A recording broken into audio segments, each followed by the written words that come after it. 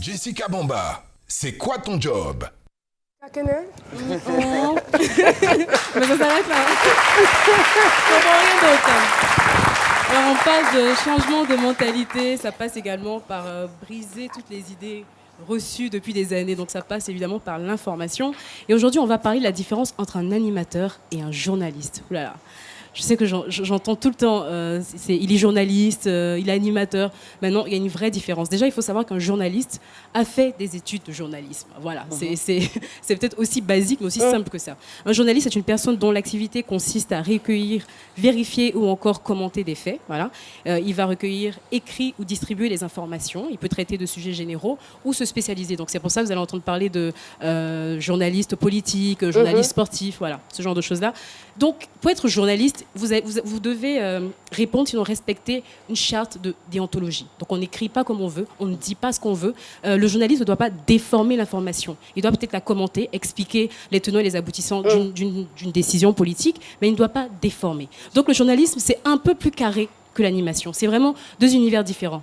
Un journaliste peut être un animateur. En revanche, si un animateur veut être taxé de journaliste, il faut qu'il ait fait des études de journalisme. Donc j'espère que c'est clair dans la tête de tout le monde. Ici, on a une école professionnelle, donc qui est l'ISTC. Voilà. Au bout de 3 ans, vous avez votre licence et puis bon, voilà, vous êtes journaliste. Après, pour être journaliste professionnel, il faut que vous ayez votre carte de presse. Pour obtenir la carte de presse, il faut donner toutes les justificatifs qui prouvent que vous êtes journaliste à plein temps et que vous vivez à plein temps de ce métier. Voilà. Okay. Donc il n'y a pas de à 30%, à 40%, non. Carte de presse, journaliste professionnel, c'est votre métier à 100%. Donc ça, c'est pour le journaliste.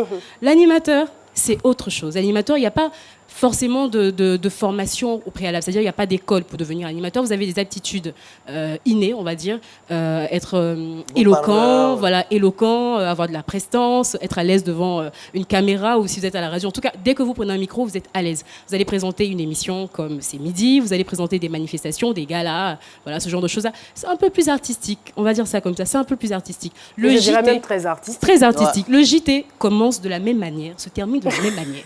C'est Midi. Philo peut être sur la table et se retrouver derrière la caméra. Donc ça, c'est vraiment l'animation. Moi, c'est animateur aussi. Non, mais je veux dire que... sur un programme, voilà, sur un programme. Donc il y a vraiment une différence. Aujourd'hui, même les animateurs sont utilisés comme des égéries pour des marques voilà, de cosmétiques et tout ça pour faire de la publicité. Vous allez rarement voir. C'est impossible d'avoir un journaliste qui fait ça. Donc j'espère que c'est clair dans la tête de tout le monde. Franchement, un journaliste peut être un animateur, mais l'animateur peut devenir journaliste. Il faut qu'il fasse des études de journaliste. Voilà. Merci infiniment, Jessica Bamba. On applaudit.